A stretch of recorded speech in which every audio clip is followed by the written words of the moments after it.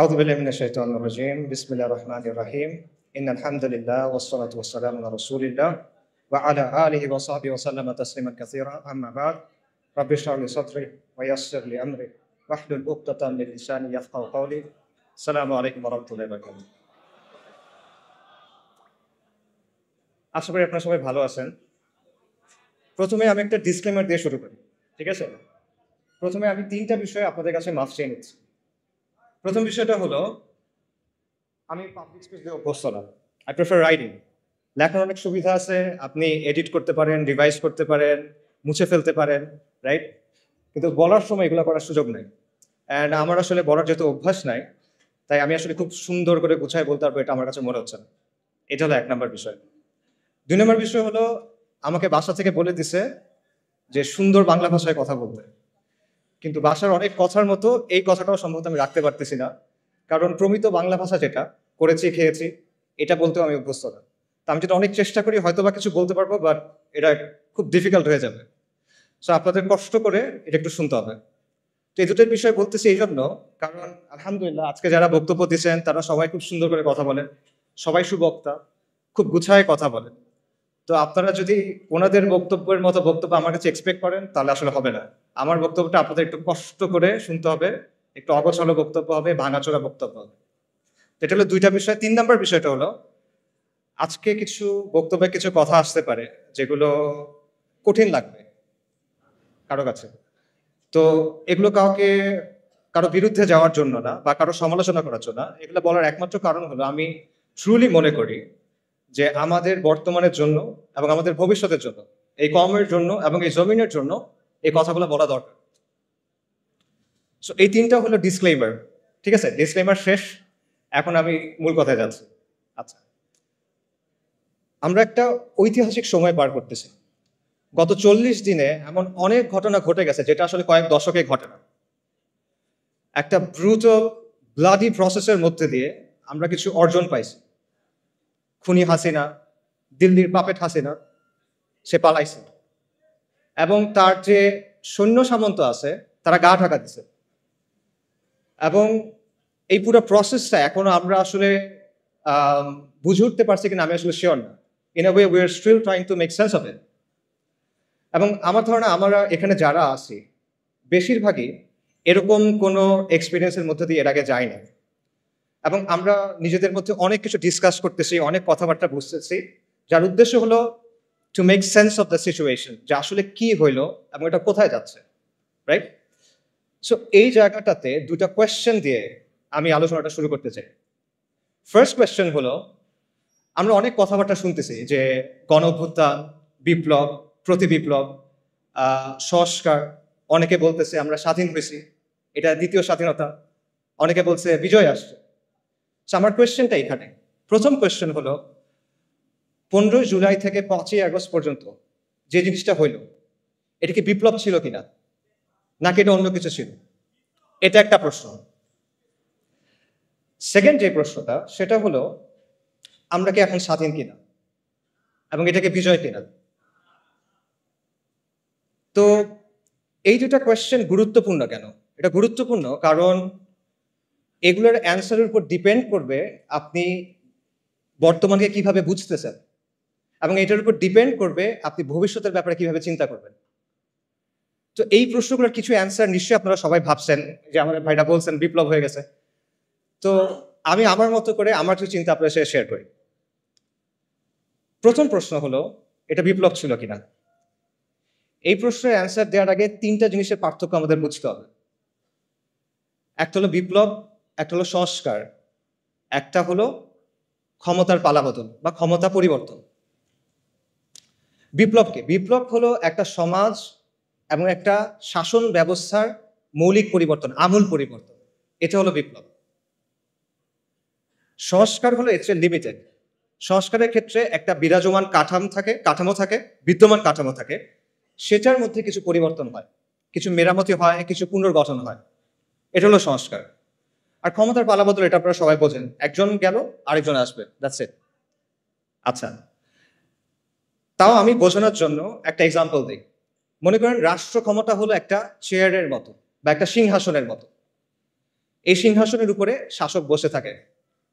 এখন আপনি এসে শাসককে এখান থেকে নামায় ফেললেন, ধাক্কা দিয়ে টেনে যেভাবে ইচ্ছা নামায় ফেললেন। এটা কি? এটা হলো সরকার পতন। আপনি তারপর চেয়ারে বসে গেলেন, এটা কি? ক্ষমতা দখল। চেয়ারে বসার পর আপনি চেয়ারটা রেনোভেট করলেন, নতুন করে বার্নিশ করলেন, নতুন করে রং করলেন, কোনো জায়গায় ছিঁড়ে গেছিল সেলাই করলেন, কোনো জায়গায় ঘুণ পোকা ছিল আপনি ওটা চেঞ্জ করলেন। এটা হলো সংস্কার। কিন্তু বিপ্লব কি? বিপ্লব হলো আপনি চেয়ারটা ডিসম্যান্টল করবেন, আপনি ওটা ভাঙবেন, নতুন করে তৈরি করবেন, এবং নতুন চেয়ারটা আগেরটার মতো হবে না, এটা ডিফারেন্ট হবে। এবং প্রবলেম ওটা চেয়ার নাও হইতে পারে, ওটা একটা টুল হইতে পারে, দিভান হইতে পারে। এটা হলো বিপ্লব। কাজেই এই জায়গা থেকে যদি আমরা চিন্তা করি, তাহলে আমি আবার প্রশ্নটা করি, জুলাইয়ের আন্দোলন কি বিপ্লব ছিল কিনা? জুলাইয়ের আন্দোলন বিপ্লব ছিল না। আপনারা চিন্তা করে দেখেন এখানে কি হয়েছে।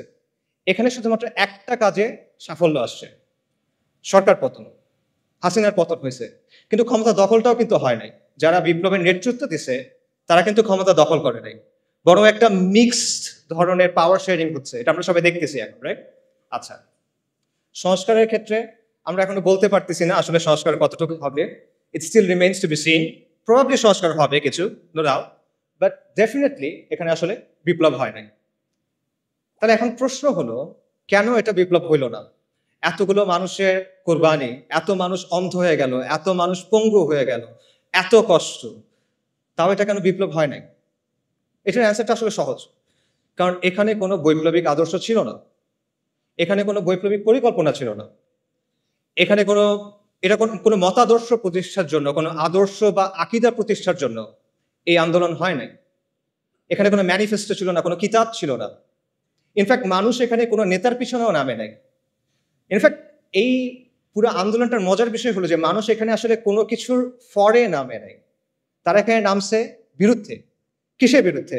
মানুষ এখানে নামছে গণহত্যার বিরুদ্ধে, জুলুমের বিরুদ্ধে। মানুষ এখানে নামছে আবু সাইদের উপর যে গুলি চালানো হয়েছে সেটার বিরুদ্ধে। মানুষ নামছে মুগ্ধ, আসহাবুল ইয়ামিন, ফাইয়াজদের উপর পাখির মতো গুলি করার বিরুদ্ধে। মানুষ নামছে আওয়ামী মিথ্যাচারের বিরুদ্ধে। এই যে লাশের চেয়ে মেট্রো রেল বেশি দামি, এই বয়ানের বিরুদ্ধে মানুষ নামছে, আওয়ামী মিথ্যাচারের বিরুদ্ধে মানুষ নামছে, আওয়ামী জাহেলিয়াতের বিরুদ্ধে মানুষ নামছে, এবং শেখ হাসিনার বিরুদ্ধে মানুষ নামছে। কিন্তু মানুষ কোনো বৈপ্লবিক আদর্শের জন্য নামে নেই। পুরো প্রসেসটা একবার চিন্তা করে দেখেন। কোটা সংস্কার এটা কিন্তু একটা জনমানুষের ইস্যু না। মানুষের কিন্তু সমর্থন দিয়েছে অবভিয়াসলি, বাট এটার জন্য মানুষ রাস্তায় নামতো, রাইট? কিন্তু মানুষ শেষ পর্যন্ত নামলো কেন? কারণ হাসিনার লাগাম ছাড়া বক্তব্য, তার একটার পর একটা ব্লান্ডার, তার ব্রুটাল রিপ্রেশন, এসবের কারণে শেষ পর্যন্ত মানুষ চিন্তা করলো যে এবার একটা এসপারোসর হইতে হবে, শি মাস্ট গো। এভাবে আসলে একটা দেশ চলতে পারে না। এই কারণে মানুষ নামছে। এবং বেসিক্যালি শেখ হাসিনা পুরা দেশের মানুষকে তার বিরুদ্ধে আসলে ঐক্যবদ্ধ করছে। এটা ছিল এই বিপ্লবের গ্লু, মানে সরি, এই মুভমেন্টের গ্লু। এটা ছিল এই মুভমেন্টের গ্লু, কোনো আদর্শ না। এটা ছিল হাসিনার বিরুদ্ধে একটা গণবিস্ফোরণ, একটা পপুলার আপরাইজিং বেসিক্যালি, যে সহজভাবে আমি বলি। মানুষের দীর্ঘদিনে জমে থাকা যে ক্ষোভ, রাগ, এই জুলুম মানুষ সহ্য করতে আর পারতেছে না, এবং মানুষের মনে হচ্ছে যে এইভাবে আসলে আমরা থাকতে পারবো না। এই কারণে মানুষ রাস্তায় নেমে আসছে। এবং আমি এই কথাটা লিখছি এবং এটা বারবার বলি, এবং আমি এটা আসলেই বিশ্বাস করি যে এই আন্দোলনের মূল উস্কানিদাতা শেখ হাসিনা, এটার প্রধান সমন্বয়ক শেখ হাসিনা, এটার প্রধান স্থপতি শেখ হাসিনা, এটার প্রধান ইঞ্জিন বা চালিকা শক্তি শেখ হাসিনা। শেখ হাসিনাকে ছাড়া এই আন্দোলন কখনো সরকার পতনের দিকে যায় না। আপনারা চিন্তা করে দেখেন, 30শে জুলাই সে যদি সবগুলা দাবি মেনে নেয়, কি হয় তারপর? সরকার পতন হয়? হয় না সরকার পতন। তাদের ফেরত যেতে হইতো তখন। সব দাবি মেনে নিচ্ছে, এখন তুমি কি করবে? তার ফেরত যেতে হবে। হয়তোবা তারা কয়েক মাস পর নতুন কোনো আন্দোলন নিয়ে আসতে পারতো, সেটা ডিফারেন্ট কথা। কিন্তু আন্দোলন ওখানে শেষ হয়ে যায়। কিন্তু শেখ হাসিনা কি করলো? সে আলটিমেটলি এটাকে পতনের দিকে নিয়ে গেল। তার যে হিউব্রিস, তার যে অ্যারোগেন্স, তার যে অহংকার, এটা আলটিমেটলি তাকে পতনের দিকে নিয়ে গেল। এবং এইখানে আমি আসলে ফিরআউনের সাথে একটা মিল দেখতে পাই। ফিরআউনের কথাটা চিন্তা করে যে বনী ইসরাইল যখন লোহিত সাগরের সামনে গেল, মুসা আলাহিস সাল্লামের পেছনে পেছনে সাগর ভাগ হয়ে গেল, বনী ইসরাইল সাগরের মধ্যে চলে যাচ্ছে। ফিরআউনের কি দরকার ছিল তার পেছনে পেছনে যাওয়ার? সে কি গেইন করতো এখানে? বনী ইসরাইল তো চলে যাচ্ছে। বনী ইসরাইল তার পাওয়ার জন্য কোনো চ্যালেঞ্জ না, বনী ইসরাইল তার সিংহাসন নিতে চায় না। কিন্তু সে কেন যাচ্ছে? সে দেখতেছে তার সামনে একটা সমুদ্র লিটারালি ভাগ হয়ে গেছে, একটা সুপার ন্যাচারাল ইভেন্ট তার সামনে ঘটতেছে। সে বুঝতেছে এটা দুনিয়াবি কোনো শক্তির কাজ না। তাও সে কি করতেছে? তার মনে হলো যে না, এর পিছে আমি যাই। এটা কেন? এটা তার অ্যারোগেন্স। সেই তো বলছিল আনা রাব্বুকুমুল আলা। এটা তার অহংকার, এবং এই অহংকারটাই তার পতন নিয়ে আসছে। এবং সেম ব্যাপারটা আমি বলবো যে শেখ হাসিনার ক্ষেত্রে হয়েছে। আল্লাহ এইভাবেই তার পতনটা রাখছেন। এটা কদর আল্লাহ। এই আন্দোলন নিয়ে অনেক ধরনের তত্ত্ব আছে, অনেক ধরনের ষড়যন্ত্র তত্ত্ব আপনারা শুনবেন। যেমন ধরেন, কেউ আমেরিকার কথা বলবে, কেউ কালার রেভলিউশনের কথা বলবে, কেউ এনইডির কথা বলবে। এবং এই কথাগুলোর যে একেবারে মেরিট নাই আমি সেটাও মনে করি না, এখানে কিছু মেরিট থাকতে পারে। But at the end of the day দুটো পয়েন্ট আমাদের স্বীকার করতে হবে। সে দুটো পয়েন্ট হলো, শেখ হাসিনার বিরুদ্ধে পুরা বাংলাদেশের অধিকাংশ মানুষ একসাথে হয়ে গেছিল, একটা ইজমা হয়ে গেছিল যে she must go. And second পয়েন্টটা হলো, দুনিয়া চালায় কে? আল্লাহ। আল্লাহ মালিকুল মুলক, আল্লাহ আল জব্বার আল মুতাকাব্বির, এবং আল্লাহ আল লতিফ আস-সাতুর। ওয়াল্লাহু গালিবুন আলা আমরি ওয়ালাকিন আকসারান নাসি লা ইয়ালামুন। আল্লাহ তার কর্ম সম্পাদনে প্রবল, যদি অধিকাংশ মানুষ তা জানে না।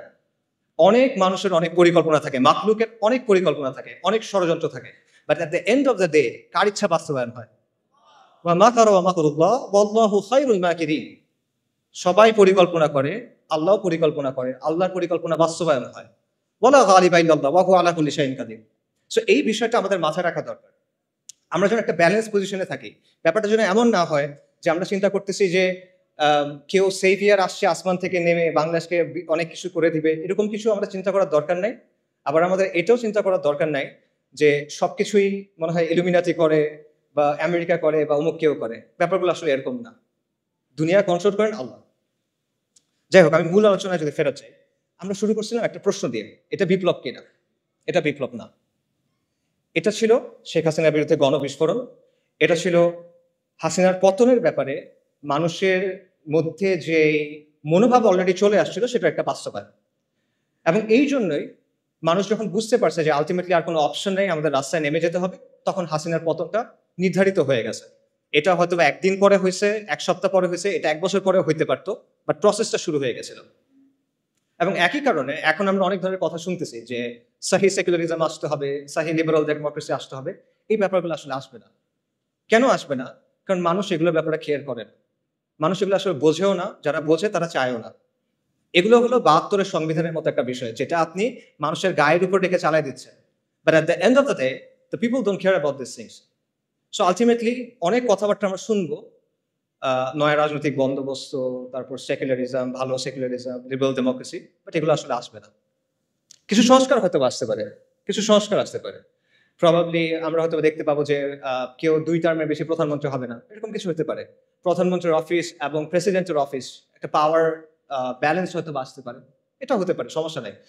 বাট অনেক গ্রাউন্ড ব্রেকিং কোনো চেঞ্জ আসবে, এটা মনে করার কারণ আমি দেখি না। এটা হলো ফার্স্ট কোয়েশ্চেনের অ্যান্সার। সেকেন্ড কোয়েশ্চেন যেটা, সেটা হলো এটা কি বিজয় কিনা, এটা কি স্বাধীনতা কিনা? এই প্রশ্নের অ্যান্সারটা আসলে অলরেডি স্পষ্ট হয়ে যাওয়া উচিত। তাও এটা আসলে বিজয় না, এটা সর্বোচ্চ একটা আংশিক বিজয় আমরা বলতে পারি, বাট এটা কোনো অর্থেই, কোনো সেন্সে এটা সামগ্রিক বিজয় হইতে পারে না। এটা কেন পারে না? এটার অনেকগুলো রিজন আছে, বাট আমি কিছু রিজন একটু আগে আলোচনায় চলে আসছে, বাট আমি আরো কয়েকটা রিজন বলি। প্রথম কারণটা হলো পোস্ট কলোনিয়াল স্টেট, উত্তর ঔপনিবেশিক রাষ্ট্র, একটা কঠিন বাংলা শব্দ। এটা একটা কারণ যে এই কাঠামোটা রেখে আপনি আসলে কখনো স্বাধীন হতে পারবেন। এটা মানে কি? এটা মানে সহজভাবে বলি, এক সময় এটা ছিল আমাদের রাজত্ব। এটা আমাদের রাজত্ব ছিল, এটা পারফেক্ট ছিল না, এখানে অনেক সমস্যা ছিল, কিন্তু এটা আমাদের রাজত্ব ছিল। কিন্তু তারপর ফিরিঙ্গিরা আসছে, ব্রিটিশরা আসছে, ইউরোপিয়ানরা আসছে, এবং তারা এসে আমাদেরকে তাদের গোলাম বানাইছে, তারা এসে আমাদেরকে তাদের দাস বানাইছে, এবং তাদের একটা সিস্টেম আমাদের উপর চাপাই দিছে। এইটাই হলো কলোনিয়াল রাষ্ট্র। এবং এই কলোনিয়াল রাষ্ট্রের মূল উদ্দেশ্য হলো দুটা, একটা হলো কন্ট্রোল, একটা হলো এক্সপ্লয়টেশন, নিয়ন্ত্রণ এবং শোষণ। আর কোনো উদ্দেশ্য নেই। কলোনিয়াল যে ব্যুরোক্রেসি বা আমলাতন্ত্র, এটার উদ্দেশ্য ছিল এই দুটা। কলোনিয়াল যে পুলিশ, এটার উদ্দেশ্য ছিল এই দুটা। কলোনিয়াল যে সেনাবাহিনী, এটার উদ্দেশ্য ছিল এই দুটা। আজকে ফিরিঙ্গিরা নাই, ওরা চলে গেছে, অনেক আগেই চলে গেছে, কিন্তু ওদের যে সিস্টেম সেটা রয়ে গেছে। আজকে আমাদের যে ব্যুরোক্রেসি আছে, সেটা কলোনিয়াল ব্যুরোক্রেসির কন্টিনিউয়েশন, ধারাবাহিকতা। আজকে আমাদের যে পুলিশ বাহিনী আছে সেটা কলোনিয়াল পুলিশ বাহিনীর ধারাবাহিকতা, এবং উপমহাদেশের যে সেনাবাহিনীগুলো আছে এগুলো সবগুলো ব্রিটিশ ইন্ডিয়ান আর্মির ধারাবাহিকতা। এটা ভেঙেই মানে এটা থেকেই পাকিস্তান আর্মি এবং ইন্ডিয়ান আর্মি হয়েছে, এবং দেন সেখান থেকে বাংলাদেশ আর্মি হয়েছে। এগুলো হিস্টোরিক্যাল ফ্যাক্ট, কেউ ডিনাই করতে পারবে না। সো যেই কাঠামোটা তৈরি হয়েছিল নিয়ন্ত্রণের জন্য এবং কন্ট্রোল করার জন্য, সেই কাঠামোটাকে রেখে দিয়ে আপনি আসলে কিভাবে স্বাধীন হবে, কিভাবে বিজয়ী হবে, এটা পসিবল না। এটা গেল একটা রিজন। আরেকটা রিজন হলো মডার্ন স্টেট ইটসেলফ। এই যে আমি নিয়ন্ত্রণের কথা বললাম আর শোষণের কথা বললাম, এটা কিন্তু শুধু কলোনিয়াল রাষ্ট্রের বৈশিষ্ট্য না, এটা মডার্ন স্টেটেরও বৈশিষ্ট্য। আধুনিক যে রাষ্ট্র সেটা ইনহেরেন্টলি একটা ডমিনেটিং, কন্ট্রোলিং, অথরিটেরিয়ান মেশিনারি। এটা এমন একটা যন্ত্র যার উদ্দেশ্য হলো শোষণ করা এবং নিয়ন্ত্রণ করা। এবং এটা শুধুমাত্র আমাদের মতো তৃতীয় বিশ্ব বা গ্লোবাল সাউথের দেশগুলোর জন্য না, এটা পুরো বিশ্বে। আমাদের দেশে একটা ধারণা আছে যে হাসিনার যে সেকুলারিজম ওটা ছিল ভাইভ সেকুলারিজম বা মওদু সেকুলারিজম, আর আমেরিকাতে যেটা আছে বা ইংল্যান্ডে যেটা আছে বা মতান্তরে ফ্রান্সে যেটা আছে এটা হলো সাহি সেকুলারিজম। কিন্তু এই যে নিয়ন্ত্রণের ব্যাপারটা, কন্ট্রোলের ব্যাপারটা, এটা সেখানেও আছে। এটা নিয়ে অনেক একাডেমিক আলোচনা আছে, আমি সেই আলোচনায় যাব না। আমি আপনাদের একটা এক্সাম্পল দিব, যে এক্সাম্পলটা আপনারা সবাই দেখছেন। সেটা হলো কোভিডের কথা চিন্তা করে দেখেন, বিশেষ করে লকডাউন এবং ভ্যাকসিনের কথা। আচ্ছা, সেকুলারিজম এবং লিবারাল ডেমোক্রেসি আপনাকে অনেক সুন্দর সুন্দর কথা বলবে, স্বাধীনতা, অধিকার, এরকম অনেক কথা বলবে। বাট লকডাউনের সময় কি হয়েছে চিন্তা করে দেখেন তো। একদিনের মধ্যে আপনার সব অধিকার, আপনার সব স্বাধীনতা নাই, শেষ। আপনি ঘরের বাইরে যেতে পারবেন না, চাকরিতে যেতে পারবেন না, মসজিদে যেতে পারবেন না। কারো বাপ মারা গেছে, সে বাপকে দাফন করতে যেতে পারতেছে না। কারো বাচ্চা হসপিটালে, সে তার কাছে যেতে পারতেছে না। এটা কি? এটা টোটাল কন্ট্রোল আপনার জীবনের উপরে। এবং আমরা দেখছি যেখানে রাষ্ট্র যত শক্তিশালী সেখানে লকডাউন তত টাইট। আমাদের মতো দেশগুলোতে রাষ্ট্র পুরোপুরিভাবে অতটা শক্তিশালী না, যে কারণে আমরা কিছুটা মুভমেন্টের সুযোগ পাইছি। কিন্তু আপনি যদি ওয়েস্টের দিকে তাকান, দেখবেন সেখানে এক্সট্রিমলি টাইট ভাবে লকডাউনগুলো এনফোর্স করা হয়েছে। তো এই যে লকডাউন, এটা কিন্তু আপনি দেখেন, এটা আপনার সমস্ত অধিকার, স্বাধীনতাকে নিয়ন্ত্রণে নিয়ে ফেলা হলো। এটা একটা ডিপ্রেশন, এটা একটা কর্তৃত্ববাদ, এবং এটা সেকুলার ডেমোক্রেসিগুলাই করতেছে। এবং এর মধ্যেও আমরা দেখছি যে দুটা অংশ হয়ে গেছে, যে সাধারণ মানুষ লকডাউনের মধ্যে বাসায় বসে আছে, পাগল হয়ে যাচ্ছে, সর্বশান্ত হয়ে যাচ্ছে। অন্যদিকে এলিট যারা, তারা পার্টি করে বেড়াচ্ছে, এরকম খবর আসছে, খবরে পার্টি করে বেড়াচ্ছে। ওদিকে মানুষজন মেন্টাল হেল্পলাইনে ফোন করতে করতে এই হয়ে যাচ্ছে, শহীদ হয়ে যাইতেছে, এরকম একটা অবস্থা। আচ্ছা, এরপর দেখেন লকডাউনের পর কি আসলো? ভ্যাকসিন। ভ্যাকসিন না নিলে আপনি দুনিয়াতে অচল, আপনার ভ্যাকসিন নিতেই হবে।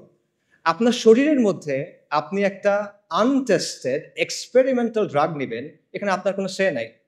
আপনাকে বেসিক্যালি কোয়ার্স করা হলো এটা নেওয়ার জন্য, নইলে আপনি হজেও যেতে পারবেন না, এরকম একটা অবস্থা, তাই না? তো এর যে টোটাল কন্ট্রোল আর কি হইতে পারে? এটা কোনো মেটাফরিক্যাল কন্ট্রোল না, এটা কোনো রূপক কন্ট্রোল না, এটা রিয়েল কন্ট্রোল।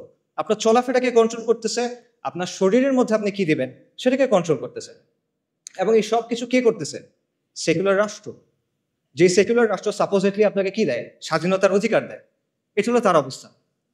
আধুনিক রাষ্ট্রের যে তত্ত্ব, এটার অন্যতম জনক বলা হয় থমাস হবসকে, ব্রিটিশ ফিলসফার। থমাস হবস রাষ্ট্রকে কল্পনা করছিল লেভায়াথান হিসেবে। লেভায়াথান মানে কি? লেভায়াথান হলো একটা পৌরাণিক জীব, একটা মিথোলজিক্যাল, একটা মিথিক্যাল ক্রিচার। বাইবেলে এটার কথা আছে। এটা হলো একটা সামুদ্রিক জীব যেটার আকার অত্যন্ত বড়, এটাকে হারানো যায় না, এটা এতটা বড়, ওভারকাম করা পসিবল না। তো হবস রাষ্ট্রকে চিন্তা করছিল একটা দানবীয় শক্তি হিসেবে, এবং বাস্তবে তাই হয়েছে। রাষ্ট্র একটা দানবীয় শক্তিতে পরিণত হয়েছে, একটা সর্বব্যাপী ভয়ঙ্কর দানবে সে পরিণত হয়েছে, যে নিজেই আইন বানায়, যে নিজেই আইনের ব্যাখ্যা করে এবং যে নিজেই আইনের প্রয়োগ করে। রাষ্ট্রের উপরে কোনো রেফারেন্স নাই, সবার উপর রাষ্ট্র সত্য, তাহার উপর নাই। রাষ্ট্র হলো অ্যালফা এন্ড দি ওমেগা, এরকমই অবস্থা। এবং আপনার জন্ম থেকে মৃত্যু পর্যন্ত প্রতিটা পদে পদে রাষ্ট্র আপনাকে নিয়ন্ত্রণ করতে চায়, রাষ্ট্র আপনাকে সার্ভেইল করতে চায়। বার্থ সার্টিফিকেট থেকে ডেথ সার্টিফিকেট, আপনার কল হিস্ট্রি থেকে আপনার চ্যাট লগ, আপনার ব্রাউজিং ডেটা, সবকিছু, আপনার মানে প্রত্যেকটা ট্রানজ্যাকশন, আপনার ইনকাম ট্যাক্স, প্রতিটা জিনিসে রাষ্ট্র এসে হাত ঢুকায়। সে নিয়ন্ত্রণ করতে চায়, সে সার্ভেইল করতে চায়। এবং এটাই হলো পৃথিবীর ইতিহাসে আপনি খুঁজে পাবেন না যে এই মাত্রার নিয়ন্ত্রণ, এই মাত্রার এক্সপ্লয়টেশন কোনো সিস্টেমের মাধ্যমে হয়েছে, যেটা সেকুলার সিস্টেমের মাধ্যমে হয়েছে। কাজেই এবং এটাই হলো আসলে আধুনিক রাষ্ট্রের সভরেন্টির অর্থ। সার্বভৌমত্বের কথা আমরা বলি না, এটাই হলো সার্বভৌম শক্তির সত্যিকারের অর্থ। সার্বভৌম শক্তির প্রকৃত রূপ হলো এটা। যারা আপনারা জানতে চান এই ব্যাপারে, একজন জার্মান ফিলোসফার ছিল কার্ল শ্মিট, আপনারা তার লেখা পড়ে দেখতে পারেন, সেই ব্যাপারটা খুব ডিটেলে আলোচনা করছে। আজ পর্যন্ত এটা কোনো রিফিউটেশন আসে নাই, কারণ এটাই বাস্তব, এটি সভরেন্টির অর্থ। কাজেই আধুনিক রাষ্ট্রের মধ্যে আপনি আসলে কখনো মুক্তি পাবেন না, বিজয় পাবেন না। আধুনিক রাষ্ট্র আপনাকে কি দিবে? সে আপনাকে গাঁজা খাওয়ার স্বাধীনতা দিবে, মদ খাওয়ার স্বাধীনতা দিবে, জিনা করার স্বাধীনতা দিবে, এলজিবিটির স্বাধীনতা দিবে। এগুলো দিয়ে সে আপনাকে ভুলায় রাখবে, কিন্তু আসল স্বাধীনতা সে আপনাকে দিতে পারবে না। মজার ব্যাপার হলো, আজকে আমাদের এখানে যারা অনেক বৈপ্লবিক কথাবার্তা বলতেছে, তাদের দাওয়াতের মধ্যে আসলে বৈপ্লবিক কিছু নাই। তারা বেসিক্যালি ওয়েস্ট থেকে ধার করা কিছু টার্মিনোলজি এবং কিছু ধারণা প্রচার করতেছে, এবং এমন সব টার্মিনোলজি এবং ধারণা যেগুলো ওয়েস্টে অলরেডি অবসলিট হয়ে গেছে, তামাদি হয়ে গেছে। ওয়েস্টে আপনি দেখেন liberal democracy is on the retreat. পুরা পশ্চিমা বিশ্বে এখন একদিকে ফার রাইট, অন্যদিকে ফার লেফট, অর্থাৎ উগ্র ডানপন্থী এবং উগ্র বামপন্থীদের উত্থান হচ্ছে, এবং এই দুটার মাঝখানে যেটা আছে ভ্যানিলা, সেটা হলো লিবারাল ডেমোক্রেসি।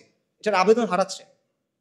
এবং মাল্টিপোলার বিশ্বের কথা আপনারা সবাই শোনেন, মাল্টিপোলার বিশ্বে লিবারাল ডেমোক্রেসির ভাত নাই, এবং এটার যে বয়ানগুলো আছে অলরেডি এগুলো সব ভেঙে যাচ্ছে। লিবারাল ডেমোক্রেসির প্রধান একটা বয়ান হলো মানবাধিকার। গাজা জেনোসাইডে আমরা দেখছি যে মানবাধিকার বলে আসলে কিছু নাই। গাজাতে কি হয়েছে আমরা জানি, এটা আসলে বলতে গেলে ট্রমাটিক একটা এক্সপিরিয়েন্স হয়ে যাবে। মানে বাবা তার বাচ্চার কাছে গেছে, বাচ্চার ডেড বডি নাই, পলিথিনের ভেতরে করে সে ছিন্ন বিচ্ছিন্ন কিছু অংশ নিয়ে আসতেছে। মানবাধিকার কোথায়? যারা মানবাধিকার কথা সবচেয়ে বেশি বলে তারা হলো ইসরায়েলকে উইপেন্স দিচ্ছে, পলিটিক্যাল ক্লাউড দিচ্ছে, রাইট? সো মানবাধিকার কোথায়? মানবাধিকার বেসিক্যালি একটা আদর্শিক হাতিয়ার, যেটা ইউজ করে ওয়েস্ট তাদের জিওপলিটিক্যাল ইন্টারেস্ট অ্যাডভান্স করে, তাদের নিজেদের স্বার্থ হাসিল করে। একই কথা আন্তর্জাতিক আইনের ক্ষেত্রে। কই আন্তর্জাতিক আইন? কই? ইসরায়েল নানা জায়গায় গিয়ে অ্যাটাক করতেছে, কনসুলেটের ভেতরে গিয়ে অ্যাটাক করছে, যেটা কখনো হয় নাই। কই আইন কোথায়? নাই আইন। এগুলো রেটরিক, যেগুলো ওয়েস্ট তাদের ইচ্ছা মতো ইউজ করে তারপর ফালায় দেয়। কিন্তু আমরা এগুলো বিশ্বাস করে বসে আছি, এবং আমরা মনে করছি এটা মনে হয় অনেক বৈপ্লবিক কিছু একটা। এবং ফাইনালি আপনি দেখেন গাজা এটাও প্রমাণ করছে যে ডেমোক্রেসি অ্যাকচুয়ালি ওয়ার্ক করে না। কেন এটা আমি বলতেছি? দেখেন, ওয়েস্টে অনেক মানুষ কিন্তু গাজা জেনোসাইডের বিপক্ষে, তারা এটার বিরুদ্ধে রাস্তায় মার্চ করছে, তারা প্রতিবাদ করছে, এটা আপনার স্বীকার করতে হবে, এবং আমরা এটা অ্যাপ্রিসিয়েট করি, আর তারা হেদায়েত করে। কিন্তু তাও তারা এটা বন্ধ করতে পারতেছে না। অনেক মানুষ এটার বিরুদ্ধে, কিন্তু তারা এটা বন্ধ করতে পারতেছে না। এটা কেন? কারণ তারা যাকেই ভোট দিচ্ছে দেখা যাচ্ছে যেই ক্ষমতায় আসতেছে সে জায়নিস্টদের পকেটে, এবং সে গ্লোবাল এলিটদের পকেটে। তার মানে হলো ডেমোক্রেসির মধ্যেও আবারও ডেমোক্রেসির যেটা আতুরঘর, সেই জায়গাতেও এটা আসলে জনগণের আকাঙ্ক্ষার প্রতিফলন করতে পারে না। ডেমোক্রেসি নিয়ে আপনি অনেক সুন্দর সুন্দর কথা বলতে পারেন, but at the end of the day it can be hacked. It can be hacked very easy, যেটা আমরা দেখতেছি। কাজেই এত কিছুর পরও যারা ওই মানধাত্তা আমলের লিবারাল ডেমোক্রেসির কথা বলতেছে অনেক বৈপ্লবিক বয়ান হিসেবে, তারা আসলে ওয়ার্ল্ডের ট্রেন্ডটা বুঝতেছে না হয়তো, এবং তারা একটা ডেট এক্সপায়ার্ড মাল বিক্রি করার চেষ্টা করতেছে। তারা বিপ্লবের কথা বলতেছে, বাট তারা পশ্চিমা প্যারাডাইম থেকে বের হইতে পারতেছে না। তাদের মধ্যে পশ্চিমা আদর্শ নিয়ে এক ধরনের ফিক্সেশন আছে, তাদের মধ্যে পশ্চিমা থিওরি নিয়ে এক ধরনের ফেটিশিজম আছে। পশ্চিম যেটা বলছে ওটাই সহি, পশ্চিম যেটা বলছে ওটাই সমাধান, অল্প স্বল্প কিছু চেঞ্জ করতে হবে। Liberal democracy with Bangla characteristics, এটা হলেই হয়ে যাবে। এই হলো তাদের প্রস্তাবনা। তো এগুলো করে আসলে আলটিমেটলি কোনো সমাধান হবে না। সো আমরা যদি আগের কথায় ফেরত যাই, এটা কি বিজয় ছিল কিনা, এটা মুক্তি ছিল কিনা? না, এটা ছিল না। যদি সহি সেকুলারিজম বা সহি লিবারাল ডেমোক্রেসি আসে, যেটা আসবে না, যদি আসে তাও সেটা বিজয় এবং মুক্তি হবে না। তাহলে মুক্তি কিসে? বাস্তবতা হলো আমাদের মুক্তি এবং পুরো বিশ্বের মুক্তি হলো ইসলামের মধ্যে। এটা আমি রেটরিক্যালি বলতেছি না, আমি ট্রুলি এটা বিশ্বাস করি। এটা ইসলামের মধ্যে আল্লাহর গোলামি মেনে নেওয়ার মধ্যেই হলো সৃষ্টির মুক্তি। কথাটা অনেকটা প্যারাডক্সিক্যাল লাগতে পারে যে গোলামির মধ্যে মুক্তি কিভাবে, কিন্তু এটাই বাস্তবতা। এটা 100% একটা লজিক্যাল কথা। কেন লজিক্যাল কথা? কারণ হলো দুনিয়ার বাস্তবতা হলো দুনিয়াতে আসলে সত্যিকার অর্থে কোনো ফ্রিডম নাই। এখানে অ্যাবসলিউট কোনো ফ্রিডম হয় না। প্রত্যেকটা ব্যবস্থায় আপনার কারো না কারো আনুগত্য স্বীকার করে নিতে হয়, আপনার কিছু না কিছুর উপর ঈমান আনতে হয়, কোনো না কোনো বিষয়কে আপনার ধ্রুব সত্য হিসেবে স্বীকার করতে হয়। এটা থেকে আপনি বের হইতে পারবেন না। ভ্যালু নিউট্রাল কোনো সিস্টেম হয় না, নিরপেক্ষ কোনো সিস্টেম হয় না। প্রত্যেকটা সিস্টেমের মধ্যে একটা না একটা রব থাকে যেটাকে মেনে নিতে হয়। এবং অ্যাবসলিউট আমরা মানে এর কথা বলে ফ্রিডম অফ স্পিচের কথা বলে, অ্যাবসলিউট ফ্রিডম অফ স্পিচ বলে কিছু নাই, অ্যাবসলিউট স্বাধীনতা বলে কোনো কিছু নাই। প্রত্যেকটা স্বাধীনতা হলো একটা বাউন্ডারির মধ্যে দেয়া স্বাধীনতা।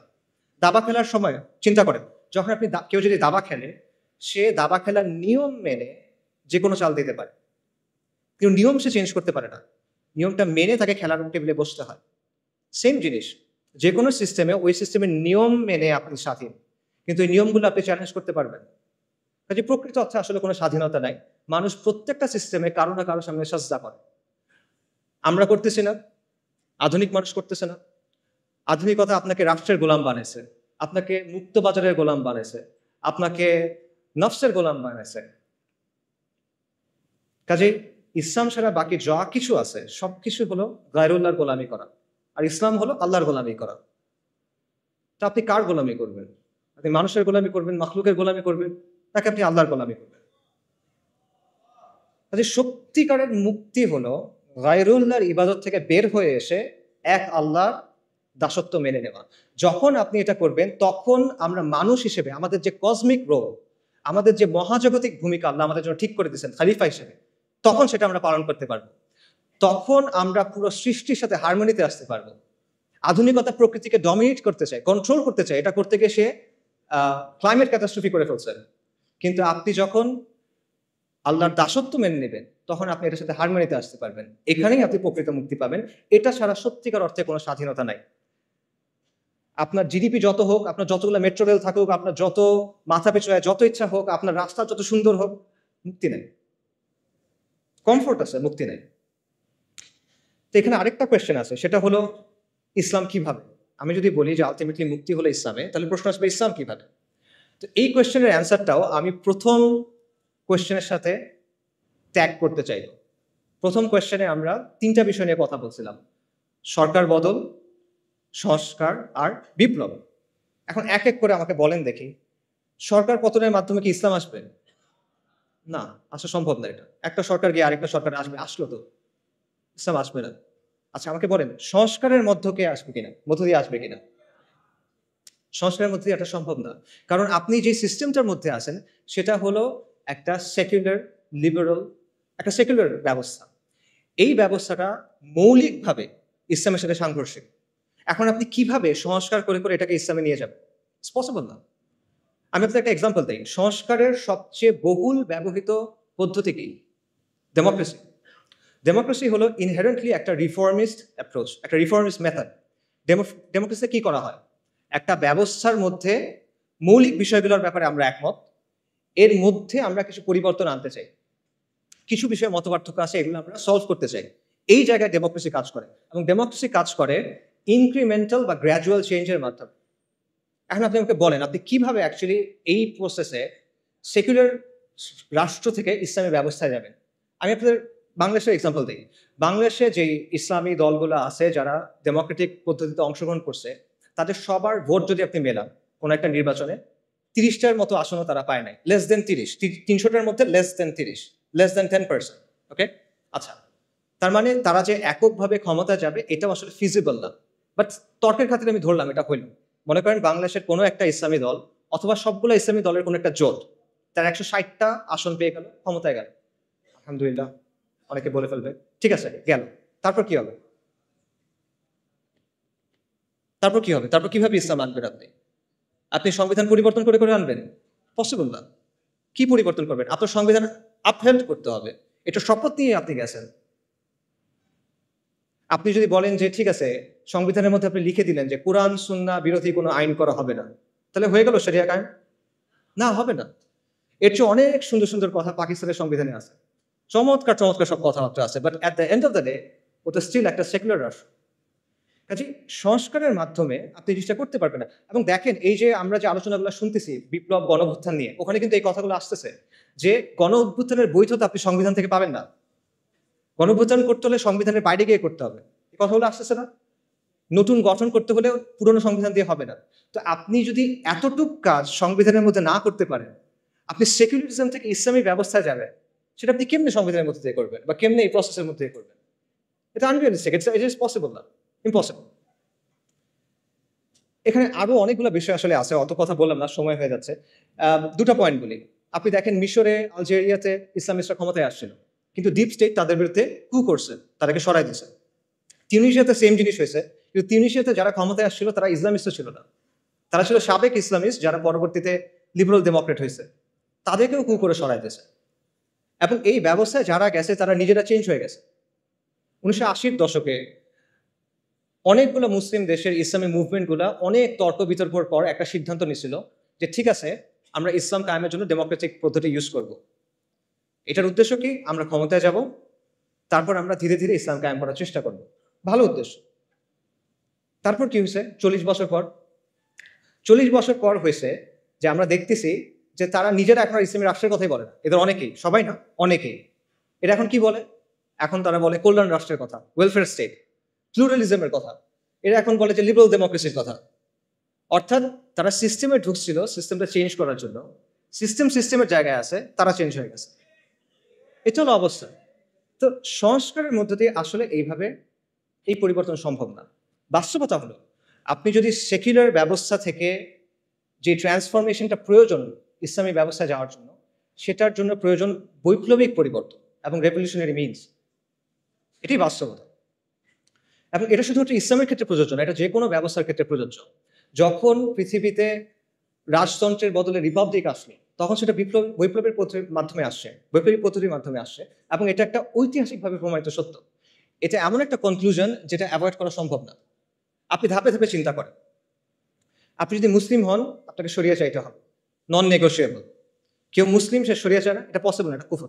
কেউ যদি মনে করে ইসলামের চেয়ে ওই জিনিসটা বেটার, কেউ যদি মনে করে ইসলামের চেয়ে ওই জিনিসটা অগ্রাধিকার পাওয়ার মতো, কেউ যদি মনে করে দুটো সমান, এটা কুফর রাখবে। অর্থাৎ যদি মুসলিম হয় তাকে শরিয়া চাইতে হবে।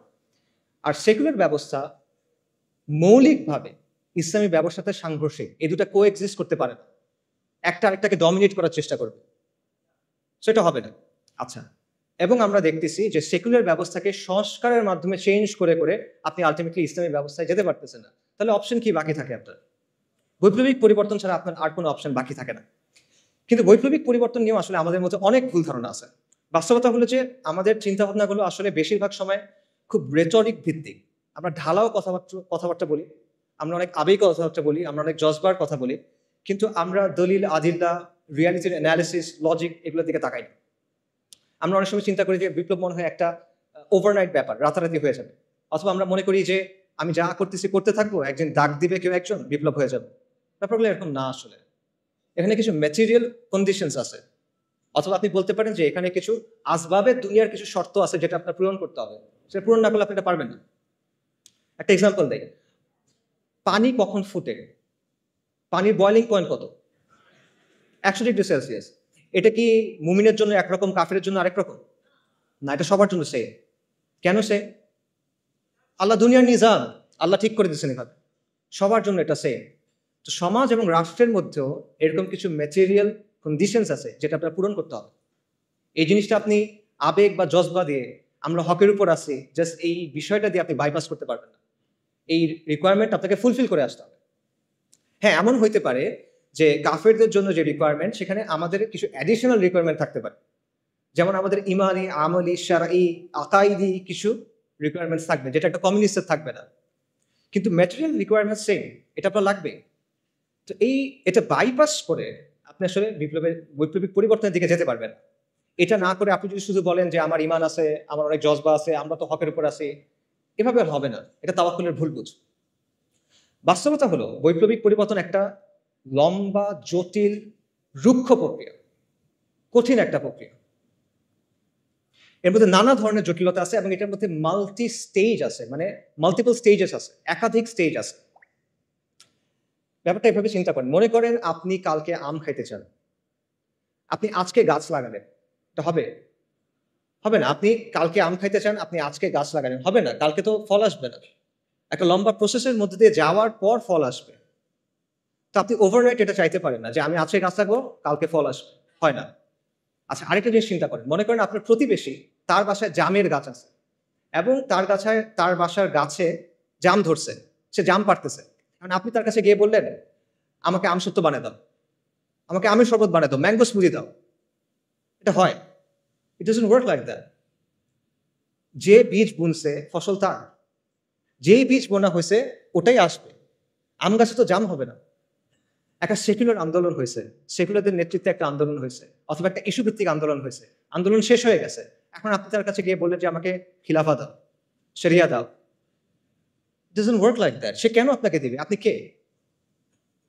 তার কষ্টের পরিশ্রম সে আপনাকে কেন দিবে? আর সে যদি দেয়ও, ধরেন সে দিল, সে যেটা দিবে ওটাকে ওই জিনিস যেটা আপনি চাচ্ছেন না, সেটা জাম, আপনি আম চাচ্ছেন, রাইট? সেটা আসলে হয় না। সো এই বিষয়গুলো আমাদের বোঝা দরকার। তাহলে করণীয় আসলে কি? আমি এখানেও আবার এক্সাম্পলে ফেরত চাই। একজন ভালো কৃষক কি করে?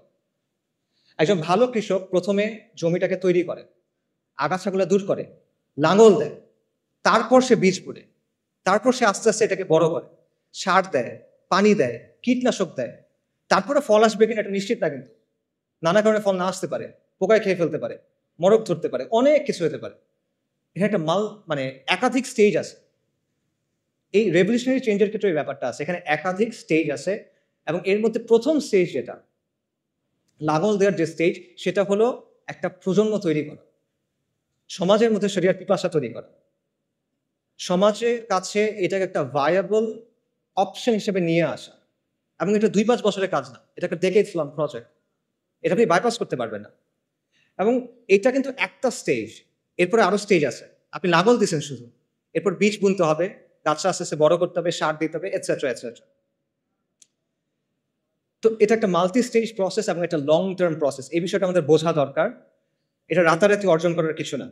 এবং কেবল জজবা দিয়ে, কেউ রেটরিক দিয়ে, জেনেরিক কিছু কথা বলে, গরম গরম স্লোগান দিয়ে বা ভক্তি দিয়ে, আমি অমুককে অনুসরণ করি, উনি বলছেন তারা এটা ঠিক, এভাবে এই জিনিসটা হবে না। দুনিয়া এভাবে চলে না। তো এই ধরনের পরিবর্তন নিয়ে আসলে আরো অনেক কথা বলার সুযোগ আছে, বাট ওইদিকে আর না যাই, সময় যেহেতু নাই। আমি যেটা বলবো সেটা হলো যে, আপনি সংস্কারের পথ বেছে নেবেন না বৈপ্লবিক পরিবর্তনের পথ, এটা আপনার ডিসিশন, এটা আমি আপনাকে বলে দিব না। আমি শুধু আপনাকে এইটুকু বলবো যে ডিসিশনটা ভেবে চিন্তে নেন, বুঝে শুনে নেন, এবং সৎ হন নিজের সাথে এবং অন্যের সাথেও সৎ হন। ধরেন কেউ মনে করলো যে আসলে সংস্কারের পদ্ধতি নিতে হবে, কারণ বাংলাদেশের যে জিওপলিটিক্যাল লোকেশন, আমাদের সমাজের যে অবস্থা, আমাদের প্রতিবেশী দেশ, এরকম অনেকগুলো বিষয় আছে যার কারণে এখানে আসলে বৈপ্লবিক পরিবর্তন সম্ভব না। এটা করতে গেলে লাভের চেয়ে ক্ষতি বেশি হবে। তাই আমি যেটা করব, আমি অল্প স্বল্প ভালোর জন্য চেষ্টা করব, সংস্কারের কিছু চেষ্টা করব। আমার উদ্দেশ্য হবে মুসলিমদের স্বার্থ সংরক্ষণ করা, আমার উদ্দেশ্য হবে আমর বিল মারুফ নাহি আনিল মুনকার। ঠিক আছে, এটা একটা ভায়াবল পজিশন হয়তো হইতে পারে। আপনি এই পজিশন যদি নেন, তাহলে আপনার দায়িত্ব হলো নিজের কাছে স্বীকার করা এবং মানুষের কাছে বলা যে এটা আমার পদ্ধতি, এই পদ্ধতি ইসলাম আসবে না, এটা আপনার বলতে হবে। আপনি সংস্কারের পদ্ধতি নেবেন, কিন্তু আপনি বলবেন যে আমি বিপ্লব করতেছি, এটা হলে হবে না। আপনি এমন কোনো প্রতিশ্রুতি দিবেন না যেটা আপনি ডেলিভার করতে পারবেন না। Don't promise something that you can deliver, right? এটা ধোঁকাবাজি, পিওর ধোঁকাবাজি। এই জিনিসটা করে না। আপনি বলেন যে না আমি পারবো, আমি এতটুকু জানি ভাই, আমি এতটুকু করছি, আই ক্যান রেসপেক্ট দ্যাট, কিন্তু যেটা নাই ওটা বলে লাভ নেই। একইভাবে আপনি যদি বৈপ্লবিক পথ নেন, তাহলে রেটোরিক্যাল আলাপ, ভক্তির আলাপ, এই জিনিসপত্রগুলো ছেড়ে দিয়ে আপনি প্র্যাকটিক্যাল রিয়েলিস্টিক আলাপে আসেন। আপনি ম্যাটেরিয়াল কন্ডিশনগুলো নিয়ে চিন্তা করেন, ঠিক আছে? এবং এইসব চিন্তা বাদ দেন যে মনে করেন হঠাৎ কোনো একটা ঘটনা ঘটবে, হঠাৎ ডাক আসবে, আর আমরা সবাই রাস্তায় নেমে যাবো, ইনকিলাব ইনকিলাব, ইন্তিফাদা ইন্তিফাদা। না, এটা একটা লম্বা প্রসেস, যেটা আমি আগে বলতেছিলাম। কাজে মোট কথা হলো যে সংস্কার বা বিপ্লব আপনি যেই পথে নেন, it's your choice, no problem. বা বুঝে শুনে নেন, নিজের অবস্থানের ব্যাপারে সৎ হন, ধোঁকাবাজি করেন না, মানুষের সাথে না, নিজের সাথে না, তরুণদের সাথে না। এটা অনেক বড় একটা দায়। এই দায় নিয়ে আপনি আল্লাহর সামনে দাঁড়াতে চান না আসলে। আচ্ছা, একটা কথা দিয়ে শেষ করি, সেটা হলো যেটাই আপনি পছন্দ করেন, সংস্কার অথবা বিপ্লব, দুটা ক্ষেত্রে আপনার আসলে একটা কাজ করতে হবে। যদি আপনি চান আগামীর বাংলাদেশে ইসলাম শক্তিশালী হোক, তাহলে আপনি যে তরিকায় নেন, আপনার একটা কাজ করতেই হবে, এটা না করলে হবে না। সেই কাজটা কি? এটাও একটা প্রশ্ন দিয়ে বলি, আমাদের সমাজের সেন্ট্রাল কনফ্লিক্ট কি? আমাদের সমাজের প্রধান দ্বন্দ্ব কি? প্রধান দ্বন্দ্ব কি আমি বোঝাই। মনে করেন রাসূলুল্লাহ সাল্লাল্লাহু আলাইহি সাল্লাম যখন নবুয়ত পাইলেন, তখন পৃথিবীতে কিন্তু অনেক ঘটনা ঘটতেছিল। রোমান আর পার্সিয়ানদের মধ্যে যুদ্ধ চলতেছিল, ব্যাপক যুদ্ধ, অনেক বছর ধরে। আরবে বিভিন্ন রাজাদের মধ্যে যুদ্ধ চলতেছিল। জাজিরাতে কুরাইশদের বিভিন্ন গোত্রের মধ্যে রেষারেষি চলতেছিল, এটা আমরা জানি, বনু উমাইয়া, বনু হাশিম, নানা কাহিনী। আফ্রিকাতে অনেক সাম্রাজ্য ছিল, তাদের মধ্যে যুদ্ধ চলতেছিল। এই সময়ের মাঝখানে আপনি যদি ওই সময়ের একটা পেপার পাইতেন, মনে করেন ওইখানে আসলে রাসূলুল্লাহ সাল্লাল্লাহু আলাইহি ওয়াসাল্লামের নিউজটা যখন উনি নবুয়ত পাইছেন, এটা কোথায় আসতো? মনে করেন 8 নাম্বার পেজে ছোট্ট একটা ইঞ্চি করে একটা খবর আসতো, তাই না? কিছু না আসলে মনে করতো মানুষ, but at the end of the day এটাই ছিল মূল ঘটনা। যদি আমরা পৃথিবীর একটা হিস্ট্রি লিখি, রাসূলুল্লাহ সাল্লাল্লাহু আলাইহি ওয়াসাল্লাম হলেন বা আম্বিয়ায়ে কেরাম হলেন মূল ক্যারেক্টার, এবং তাদের সাথে যেগুলো ঘটতেছে এগুলো হলো মূল স্টোরি লাইন, বাকি সবকিছু হলো সাইড ক্যারেক্টার, সাইড কোয়েস্ট, পার্শ্ব চরিত্র, রাইট? তার মানে ওই সময় পৃথিবীতে মূল কনফ্লিক্ট কোনটা ছিল? ইমান বনাম শিরক, তাওহীদ বনাম শিরক, ইমান বনাম কুফর, দ্যাটস ইট। সিমিলারলি আপনার চিন্তা করতে হবে যে আমাদের সমাজে মূল কনফ্লিক্ট কোনটা। কারণ আপনি যখন মূল কনফ্লিক্টে ফোকাস করবেন, তখন আপনি একটা সমাজকে একটা পরিণতির দিকে নিতে পারবেন, নইলে পারবেন না। তা আমাদের সমাজে সেন্ট্রাল কনফ্লিক্ট কোনটা? আমরা অনেক কথাবার্তা বলি। আগে বলা হয়তো আওয়ামী লীগ বনাম বিএনপি, ভারত বনাম আমেরিকা, বা ভারত বনাম চায়না, শাহবাগ বনাম অ্যান্টাই শাহবাগ, ফ্যাসিজম বনাম অ্যান্টাই ফ্যাসিজম, অনেক কথা বলা হয়। But at the end of the day এগুলো কোনোটাই আমাদের সমাজের সেন্ট্রাল কনফ্লিক্ট না। এগুলো যদি সলভ হয়ে যায়, তাও আপনি বিজয় পাচ্ছেন না, মুক্তি পাচ্ছেন না, যেটার কথা আমরা বললাম। মনে করেন প্রো ইন্ডিয়া গভর্নমেন্ট চলে গিয়ে একটা প্রো আমেরিকান গভর্নমেন্ট আসলো, সমাধান হয়েছে? মনে করেন ফ্যাসিস্ট গভর্নমেন্ট চলে গিয়ে একটা অ্যান্টাই ফ্যাসিস্ট গভর্নমেন্ট আসলো, সমাধান হয়েছে? মনে করেন কালকে থেকে শাহবাগ নাই বাংলাদেশে, সমাধান হবে? পাকিস্তানে তো শাহবাগ নাই, পাকিস্তানে তো শান্তি নিকেতনই এই সেকুলাররা নাই, কিন্তু সেখানেও তো লিবারেল সেকুলার এই সমাজটা নিয়ন্ত্রণ করে। বাংলাদেশের আগে পাকিস্তানে ট্রান্সজেন্ডার আইন পাশ হয়ে গেছে, কিভাবে? সেখানে তো শাহবাগই নাই। সো শাহবাগি ব্যানিশ করে দেন, আপনার সমস্যার সমাধান হচ্ছে না। সমাধান হলো মূল কনফ্লিক্টের জায়গাটা, এবং মূল কনফ্লিক্টটা হলো ইসলাম বনাম সেকুলারিজমের দ্বন্দ্ব, আল্লাহর আইন বনাম গায়রুল্লাহর আইনের দ্বন্দ্ব, আল্লাহর শরিয়া বনাম মানুষের শরিয়ার দ্বন্দ্ব, ইসলাম বনাম মানুষের বানানো তন্ত্র মন্ত্রের দ্বন্দ্ব। এটাই হলো মূল কনফ্লিক্ট। আল্লাহ আযজা ওয়া জাল্লা কোরআনে কি বলছেন? সব আম্বিয়া কিরামকে কোন দাওয়াত দিয়ে পাঠানো হয়েছে? নবী রাসূলকে কোন দাওয়াত দিয়ে পাঠানো হয়েছে? আল্লাহ আযজা ওয়া জাল্লা বলছে, ওয়ালাকাদ বাআসনা ফি কুল্লি উম্মাতির রাসূলান আন ইবুদুল্লাহা ওয়াজতানিবুত তাগুত।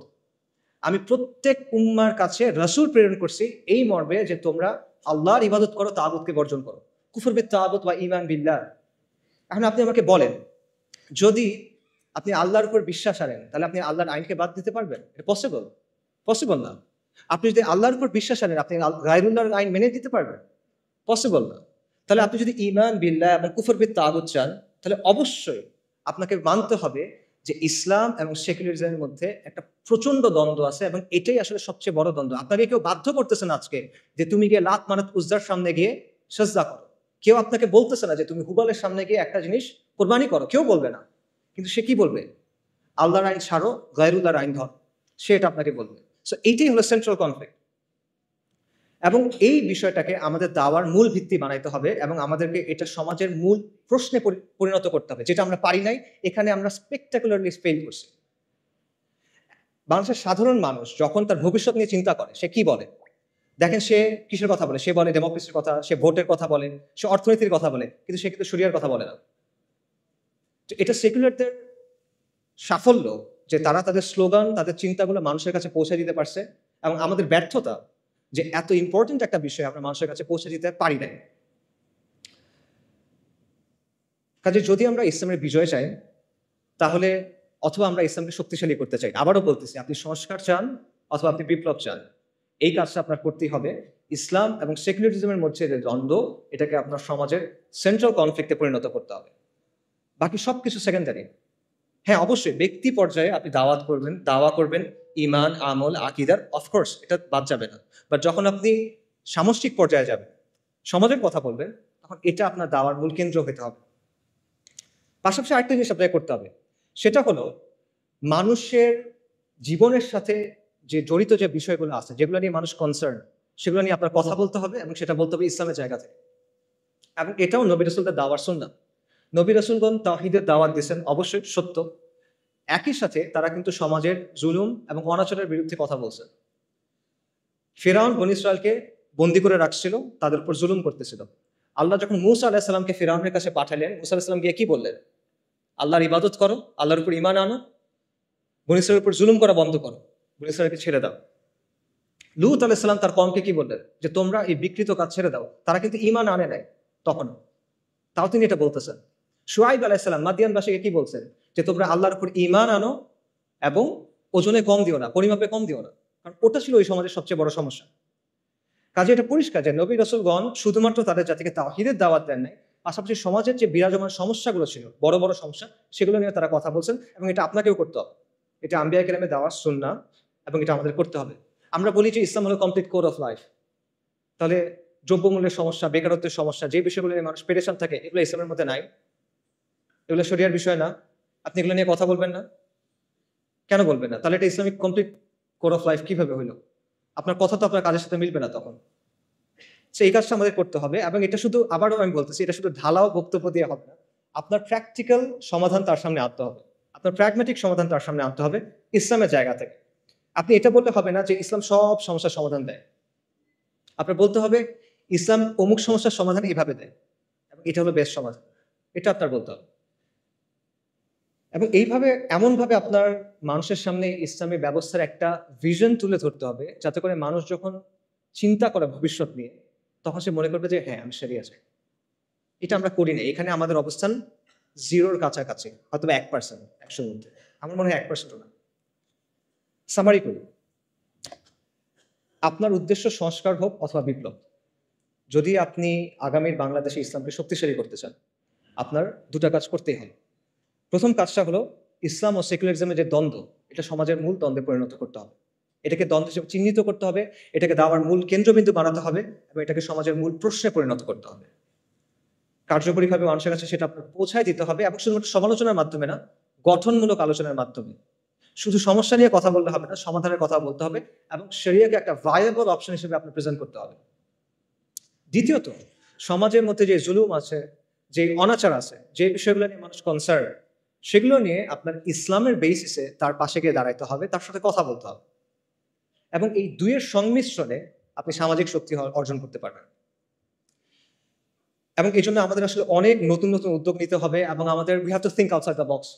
আমাদের দেশে আলহামদুলিল্লাহ অনেক দিনই কাজ হয় এবং এগুলো খুবই প্রয়োজনীয়, এগুলো চলুক, কিন্তু আপনার এখানে একটা শূন্যস্থান আছে, এটা বুঝতে হবে। এই শূন্যস্থান পূরণ করার চেষ্টা করতে হবে এবং এই জন্য অনেক ইনিশিয়েটিভ দরকার, এই জন্য প্রচন্ড ডেডিকেটেড ভাবে কাজ করার মানুষ দরকার, পাগল হয়ে কাজ করবে এমন মানুষ দরকার। You have to be relentless, you have to be tireless and you have to be proactive. আর কোনো অপশন নাই আসলে।